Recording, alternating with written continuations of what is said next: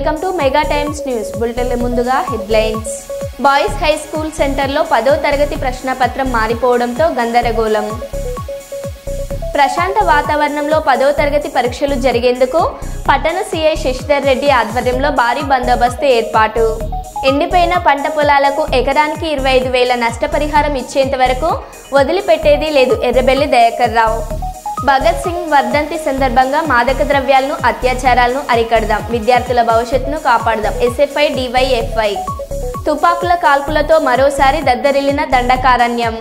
ఇక వివరాల్లోకి వెళ్తే, భగత్ సింగ్ వర్ధంతి సందర్భంగా మాదక ద్రవ్యాలను అత్యాచారాలను అరికడదాం, విద్యార్థుల భవిష్యత్తును కాపాడదాం ఎస్ఎఫ్ఐ డివైఎఫ్ఐ భగత్ సింగ్ రాజ్ గురు సుఖదేవ్ 94వ వర్ధంతిని పురస్కరించుకొని నగరంలో ఫర్మెంట్ డిగ్రీ కళాశాల, ప్రభుత్వ ఐటీఎఫ్, సర్వోదయ ఐటీ కళాశాలలో మాదక ద్రవ్యాలను అత్యాచారాలను అరికడదాం, విద్యార్థుల భవిష్యత్తుని కాపాడుకుందాం అనే అంశంపై ఎస్ఎఫ్ఐ డివైఎఫ్ఐ ఆధ్వర్యంలో సదస్సులు నిర్వహించారు. ఫర్మెంట్ డిగ్రీ కళాశాలలో ఎస్ఎఫ్ఐ నగర కార్యదర్శి సాయి ఉదయ్, సర్వోదయ ఐటీ కళాశాలలో ఎస్ఎఫ్ఐ నగర అధ్యక్షులు అబూబకర్, ప్రభుత్వ ఐటీఐ కళాశాలలో ఎస్ఎఫ్ఐ నగర ఉపాధ్యక్షులు ఆర్యన్ అధ్యక్షతన నిర్వహించారు. ఈ సదస్సులను ఉద్దేశించి ఫర్మెంట్ డిగ్రీ కళాశాల principal Indrashanti, vice principal Satyanarayana, DYFI జిల్లా కార్యదర్శి నగేష్ మాట్లాడుతూ, నేడు భారతదేశంలో పట్టి పీడిస్తున్న మాదక ద్రవ్యాలను, అత్యాచారాలను అరికట్టాలని, వారిని అరికట్టినప్పుడే విద్యార్థుల భవిష్యత్ బాగుంటుందని తెలిపారు. మీరట్లో తన భర్తను హత్య చేసినట్లు ఆరోపణలు ఎదుర్కొంటున్న భార్య మరియు ఆమె ప్రేమికుడిని కోర్టులో హాజరుపరిచినప్పుడు న్యాయవాదులు కొట్టారు. విచారణ కోసం తీసుకువచ్చిన నిందితుడు సాహిల్ మరియు అతని స్నేహితురాలపై న్యాయవాదులు దాడి చేశారు.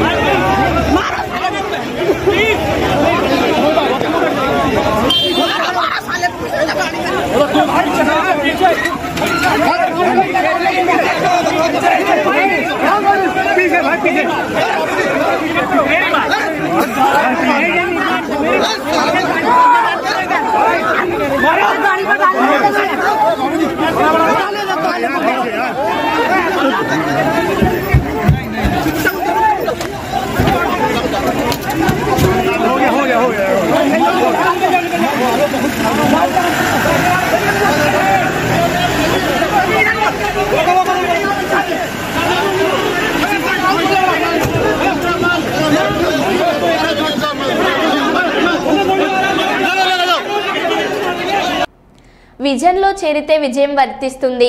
నూతన బ్రాంచ్ ప్రారంభం కాబోతుంది. ప్రతి ఒక్కరూ ఉన్నంత కాలం తమ జీవితంలో ఆస్తులను సంపాదిస్తే ఉంటాయో లేదో తెలియదు కానీ నేర్చుకున్న అక్షరం శాశ్వతంగా ఉంటుందని రోజా మహిళా ఐక్య సంఘం అధ్యక్షురాలు మిసాల సుమలత తెలిపారు. ఈ రోజు కర్నూలు నగరంలోని 48వ వార్డు రోజా వీధిలో విజన్ కళాశాల సిబ్బందితో రోజా మహిళా ఐక్య సంఘం అధ్యక్షురాలు మిసాల సుమలతతో కలిసి రోజా వీధి, ప్రకాష్ నగర్, దౌలత్ నగర్లలో ఇంటింటికి వెళ్లి విజన్ కళాశాలలో చేరాలని కరపత్రాలను అందించారు. మిసాల సుమలత మాట్లాడుతూ, విజన్ కళాశాలలో అనుభవజ్ఞులైన ఉపాధ్యాయుల చేత విద్యా బోధన అందిస్తున్నారని, 10వ తరగతి పాస్ అయిన పిల్లలందరూ విజన్ కళాశాలలో చేర్చి విజయం సొంతం చేసుకోవాలని మిసాల సుమలత కోరారు. విజన్ కళాశాల 2వ బ్రాంచ్ మన ప్రకాష్ నగర్లోని చిరంజీవి పార్క్ దగ్గర ఓపెన్ అవుతుంది. కాబట్టి విజన్ కళాశాలలో చేరాలని చెప్పేసి కోరుకుంటున్నాము. విజన్ కళాశాలలో చదివిన ప్రతి ఒక్కరూ విజయాన్ని చేరుకునే దిశగానే ఫలితాలు ఉంటాయి. కాబట్టి మా విజన్ కళాశాలలో ప్రతి ఒక్కరు చేరాలని కోరుకుంటున్నాము. నూతనంగా ఏర్పాటు చేయనున్న మామిడి మార్కెట్ అభివృద్ధికి అన్ని విధాల సహాయ సహకారాలు అందిస్తానని, మొదటి విడుదల 20 లక్షల రూపాయలు కేటాయిస్తున్నానని రాష్ట్ర పర్యావరణ, ఐటీ మరియు దేవాదాయ శాఖ మంత్రి కొండ సురేఖ అన్నారు. వరంగల్ నగరంలోని ఏనుమాములలో నూతన మ్యాంగో మార్కెట్ను ప్రారంభించారు. తెలంగాణలోని అతిపెద్ద మ్యాంగో మార్కెట్ మనదేనని, ఇక్కడి నుండి భారతదేశంతో పాటు ఇతర దేశాలకు మామిడి ఎగుమతి అవుతుందని, మన ఉమ్మడి వరంగల్ జిల్లాలోనే నాణ్యమైన మామిడి సాగు చేస్తున్నారని, ప్రతి ఒక్క వ్యాపారి సమన్వయం పాటించి మార్కెట్ను అభివృద్ధి చెందే విధంగా ప్రయత్నం చేయాలని, మార్కెట్కు కావాల్సిన మౌలిక వసతులు స్థానిక శాసనసభ్యులు నాగరాజు జిల్లా మంత్రి అయిన తాను ముఖ్యమంత్రి దృష్టికి తీసుకువెళ్లి సమస్యలు పరిష్కరిస్తామని, ముఖ్యంగా వ్యాపారులు, మామిడి రైతులకు మంచి ధరలు వచ్చే విధంగా కృషి చేయాలని కొండ సురేఖ అన్నారు. ఈ రోజు ప్రథమంగా ఈ మార్కెట్ లో మనం అరాజు పెడుతున్నాం. జాగ్రత్త అందరూ చూసి పాడుకోండి. 61, 61, 65, 99, లక్ష రూపాయలు,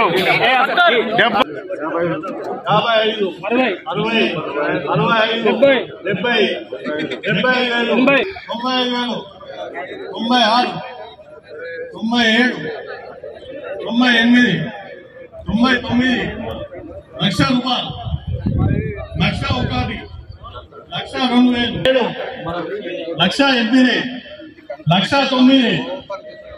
1,09.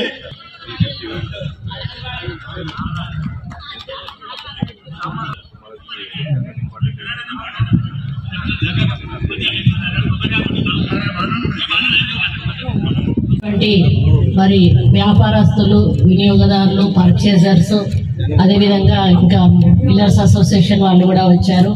ఆ పత్రికా సోదరులు, అదేవిధంగా ఈరోజు ఈ మార్కెట్ యార్డ్ ఓపెనింగ్ చేసుకోవడం చాలా సంతోషంగా ఉంది. ఎందుకంటే నేను గతంలో ఎమ్మెల్యేగా ఉన్నప్పుడు మరి ప్రతిరోజు కూడా వాళ్ళు పాపం అడుగుతూ ఉండేది. అయినా కూడా మేము అంటే కొంచెం దూరంగా ఉంటే సిటీలో ట్రాఫిక్ ప్రాబ్లం అది ఇది ఉండదు, ఫ్రీగా ఉంటుంది అనేటువంటి ఉద్దేశంతో అక్కడ మేము అలాట్ చేస్తే కానీ వాళ్ళు అక్కడ దాకా పోము అనేటువంటి మాట చెప్పారు. ఏది ఏమైనా కూడా ఈరోజు ఈ ముసలమ్మ కుంటలో ఇంత మంచి స్థలం దొరకడం నిజంగా మీ అదృష్టంగా భావిస్తా ఉన్నాను. మరి తెలంగాణ ప్రభుత్వం కూడా మన వ్యవసాయ శాఖ మంత్రులు కూడా దీనికి తుమ్మల నాగేశ్వరరావు గారు సహకరించడం, అదేవిధంగా స్థానిక ఎమ్మెల్యే గారు కూడా చొరవ తీసుకోవడం, మరి రవీందర్ అన్న కూడా మరి మీ మీద మరి ఏదైతే సమస్యలు ఉన్నాయో వాటి మీద కూడా వారు స్పందిస్తూ వచ్చినప్పుడల్లా మీ సమస్యలను ప్రభుత్వం దృష్టికి తీసుకొస్తూ అందరి సమస్యలను కూడా పరిష్కరించే దిశగా ఒక పెద్ద మనిషిగా ఆయన కూడా ఇన్వాల్వ్ అవ్వడం, ఇవన్నీ కలిసి ఈరోజు ఈ మార్కెట్ మీ చేతికి రావడం జరిగింది. మరి ఓన్లీ ఈరోజు మీకు ఒక స్ట్రక్చర్ మాత్రం ఉందంటే జస్ట్ ల్యాండ్ గోడ అట్లా ఉండి ఈ లోపల అమ్ముకునే అవకాశం ఉంది. కానీ దీంట్లో ఇంకా చాలా డెవలప్మెంట్స్ జరగాల్సిన అవసరం ఉంది. ఇక్కడికి వస్తా ఉంటే దారి కూడా చూశాను, ఆ దారి కూడా చాలా దారుణంగా ఉంది. మరి అది కూడా పరిశీలించాల్సిన అవసరం ఎంతైనా ఉంది. అదేవిధంగా లోపల ఇక్కడ పనిచేసేటప్పుడు మినిమం ఇన్ఫ్రాస్ట్రక్చర్ అయితే ఇప్పుడు డెవలప్ చేసుకోవాల్సిన అవసరం ఉంది. మహిళలు, కూలీలు వాళ్ళు వస్తారు, అలా కాసేపు అలసిపోయినప్పుడు కనీసం ఇట్లా ఒక కునుకు తీద్దామన్నా కూడా ఒక చెట్టు కూడా లేదు. అంటే అటువంటి పరిస్థితుల్లో ఇప్పటి వరకు మినిమం తను నాగరాజు అన్న ఒక 10 లక్షలు ఇచ్చారు, నేను కూడా ఒక 20 lakhs నేను ఇవ్వడం జరుగుతుంది. కలెక్టర్ గారు ఏవైతే ఎమర్జెన్సీ ఉన్నాయో వాటిని వెంటనే టేకప్ చేసి మరి మళ్ళీ ప్లేస్ కూడా చూసుకోండి, అడ్డదిడ్డంగా కట్టి మార్కెట్ డిస్టర్బ్ చేయకుండా మరి ఒక పద్ధతి ప్రకారంగా కన్స్ట్రక్షన్స్ మొదలే ఒక ప్లాన్ వేసి ఆ ప్లాన్ ప్రకారం ఒక్కొక్కటిగా కట్టుకుంటూ పోతే బాగుంటుంది అనేది నా యొక్క అభిప్రాయం. నేను ఇప్పుడే వస్తూ చూసిన రోడ్డును కూడా కలెక్టర్ గారిని అడిగితే అది కార్పొరేషన్ లిమిట్స్ లోకి వస్తుందని అన్నారు. ఇప్పుడే కార్పొరేషన్ లో మేము బడ్జెట్ ఆమోదించడానికి వెళ్తున్నాము. అందులో తప్పకుండా దీన్ని ప్రతిపాదన కూడా పెట్టడం జరుగుతుంది. మరి అదేవిధంగా మన దగ్గర చాలా పెద్ద ఎత్తున మామిడి పంట, ఇంకా కొన్ని పంటలు పండుతాయి. అవి ఇక్కడ పండినప్పుడు బయట నుంచి వచ్చిన వ్యాపారస్తులు కొనే వాళ్ళు ఎవరైతే ఉన్నారో వాళ్లకు ఇబ్బందే, మన వాళ్లకు ఇబ్బందే. అటువంటి సమయంలో మన వాళ్ళు వేరే ప్రాంతాలకు వెళ్ళి అమ్మేటువంటి పరిస్థితి ఉండేది. దానివల్ల వీళ్ళకి ట్రాన్స్పోర్టేషన్ ఛార్జెస్ వేస్ట్ అవుతాయి. మరి అక్కడ దాకా పోయినాక గిట్టుబాటు ధర వస్తుండొచ్చు, రాకపోతుండొచ్చు. మరి ఇది ఇట్లా మార్కెట్ ఉన్నట్టయితే బయట నుండి కూడా వ్యాపారస్తులు అక్కడ పండిన పంటను వాళ్ళు తీసుకొచ్చి ఇక్కడ అమ్ముకోవచ్చు. అంటే ఇక్కడ కొన్ని మన దగ్గర పండని ఫ్రూట్స్ ఏవైతే ఉన్నాయో మన వాళ్ళు. కర్నూలు జిల్లా కాంగ్రెస్ పార్టీ కార్యాలయంలో నిర్వహించిన ఈ కార్యక్రమానికి ఆల్ ఇండియా యూత్ కాంగ్రెస్ కార్యదర్శి మమతా నాగారెడ్డి, యూత్ కాంగ్రెస్ రాష్ట్ర అధ్యక్షుడు లక్కరాజు రామారావు, మాజీ ఎమ్మెల్సీ సుధాకర బాబు పాల్గొన్నారు. యువత సమస్యలు పరిష్కరించడంలో తన వంతు కృషి చేస్తానని మహేంద్ర నాయుడు తెలిపారు. తెలుగు రాష్ట్రాల అభివృద్ధి కోసం కాంగ్రెస్ పార్టీ రాష్ట్రాన్ని విభజిస్తే ఆంధ్రప్రదేశ్ రాష్ట్రానికి విభజన హామీలను నెరవేర్చడంలో బీజేపీ ప్రభుత్వం విఫలమైందన్నారు.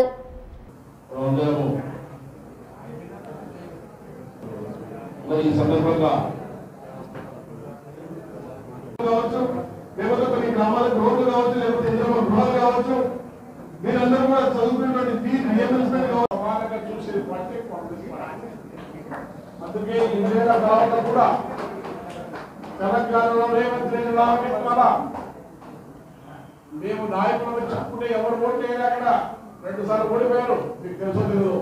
తెలంగాణ జిల్లాల భాష ఈరోజు ఈ సభకు అధ్యక్షత వహించి నడిపిస్తున్న మిత్రులు రామరత్న గారు, పూర్వలో నవీన్ గారు,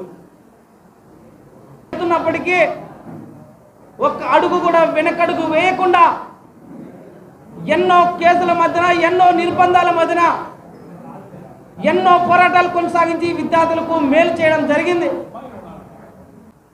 యువజన కాంగ్రెస్ జిల్లా అధ్యక్షులుగా నియామకం కావడం జరుగుతుంది.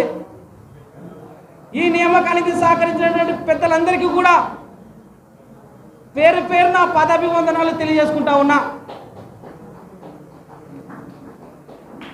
ఈరోజు ఈ దేశంలో ముఖ్యంగా మన ఆంధ్రప్రదేశ్లో కాంగ్రెస్ పార్టీ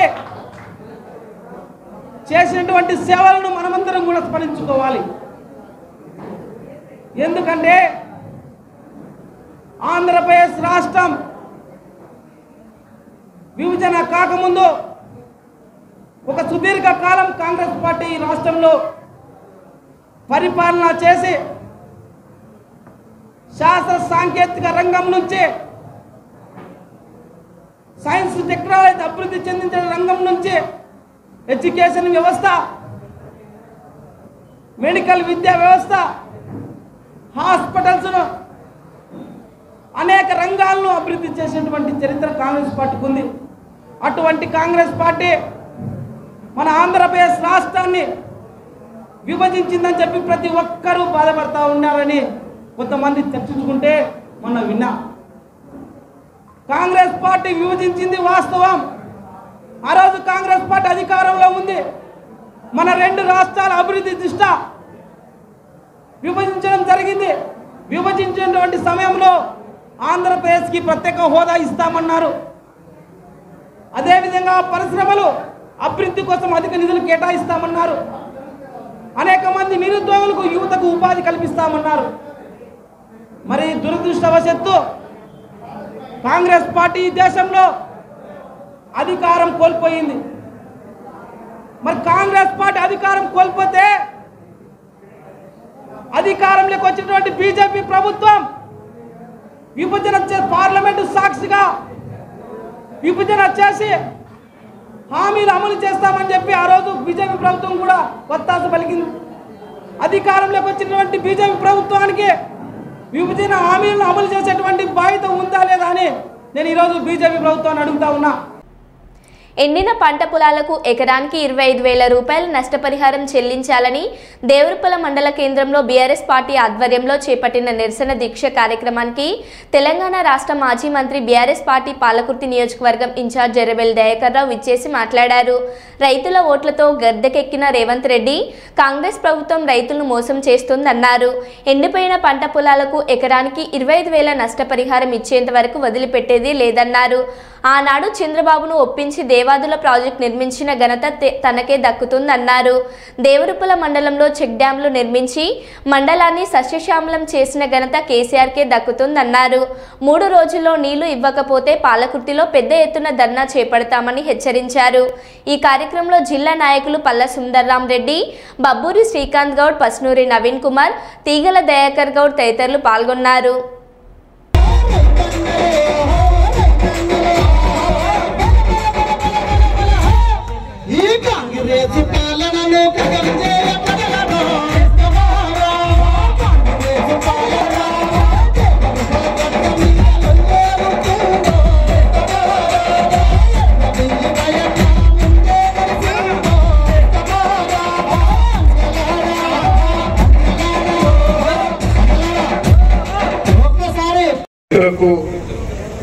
నష్టపరిహారం ఇవ్వాలి, 25,000 ఇవ్వాలి. అది మనం చెప్పింది కాదు, 25,000 ఇవ్వాలని రేవంత్ రెడ్డి గారు చెప్పింది.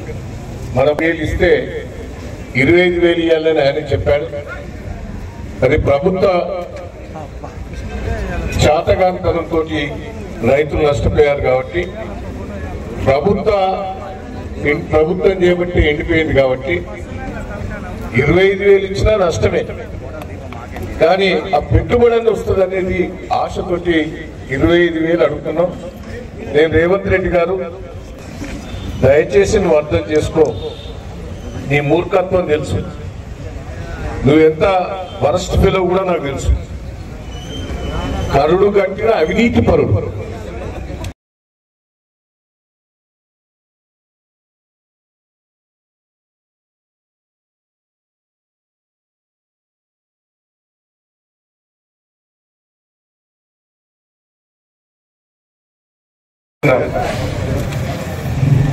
$25,000 ఇచ్చేదాకా నేను వదిలిపెట్టాను. దయాన్న సంగతి ఏందో నీకు తెలుసు.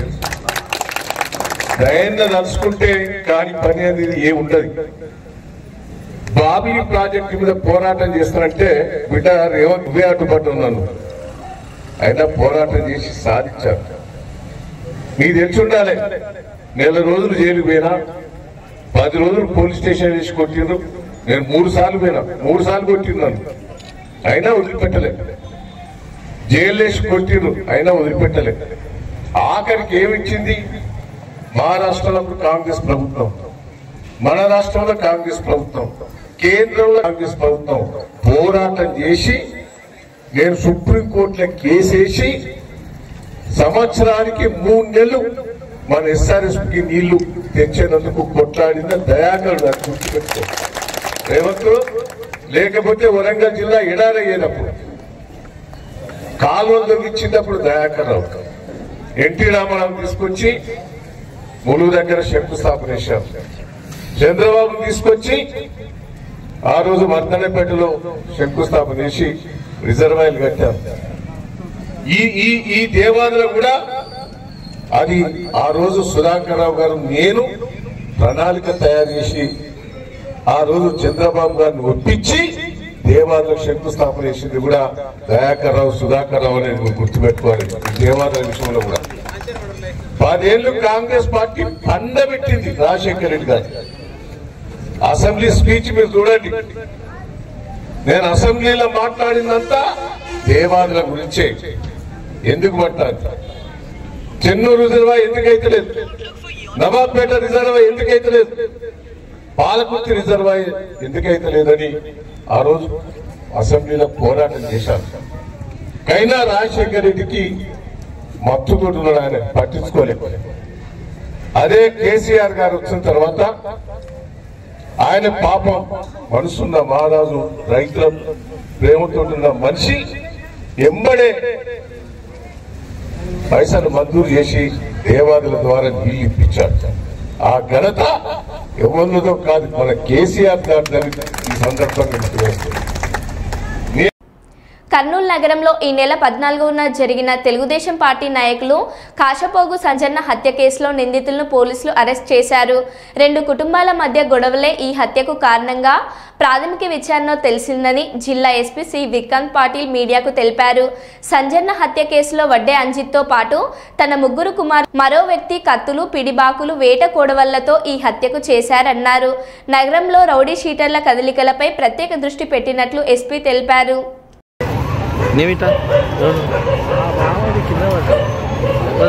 చూపించడం బాగా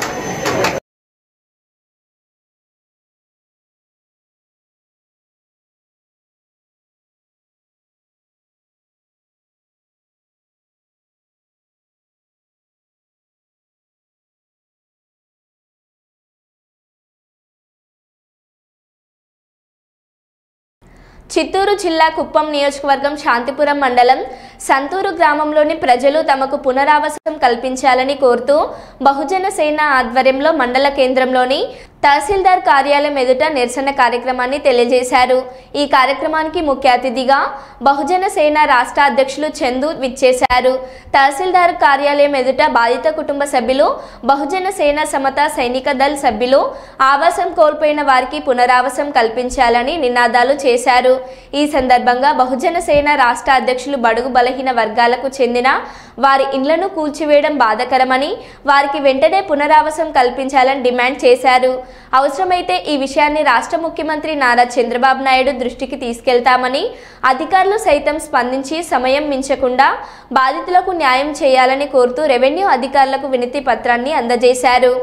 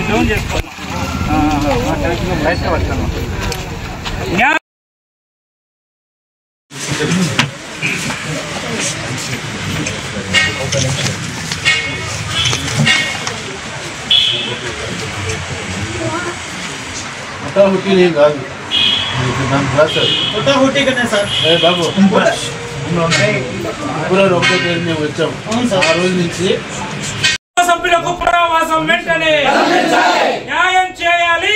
సంతూరు గ్రామ ప్రజలకు న్యాయం చేయాలి. సంతూరు గ్రామ ప్రజలకు న్యాయం చేయాలి. సంతూరు గ్రామ ప్రజలకు నేల కూల్చిన సంతూరు గ్రామ పేద ప్రజలకు పునరావాసం వెంటనే పునరావాసం వెంటనే పునరావాసం వెంటనే న్యాయం చేయాలి. సంతూరు గ్రామ పేద ప్రజలకు స్పందించాలి రెవెన్యూ అధికారులు వెంటనే స్పందించాలి రెవెన్యూ అధికారులు వెంటనే స్పందించాలి రెవెన్యూ అధికారులు వెంటనే న్యాయం చేయాలి సంతూరు గ్రామ పేద ప్రజలకు.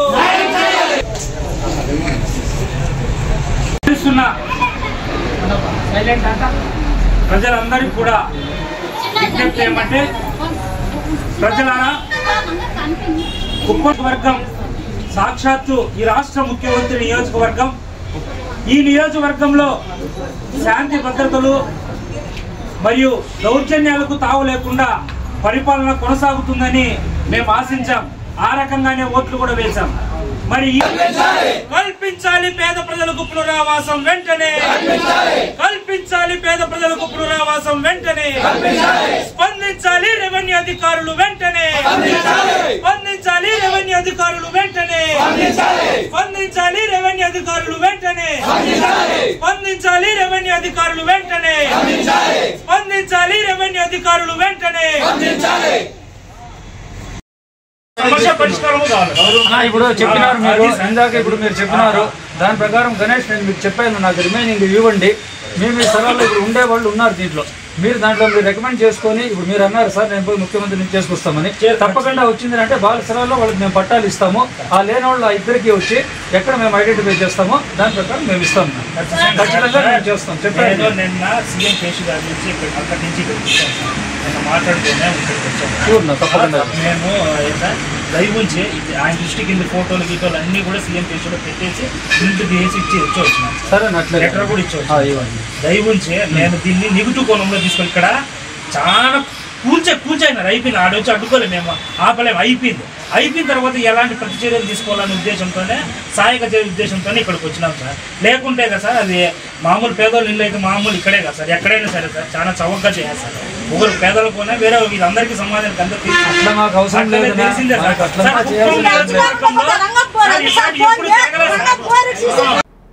మరో బులెటిన్లో మళ్ళీ కలుద్దాం. Stay tune.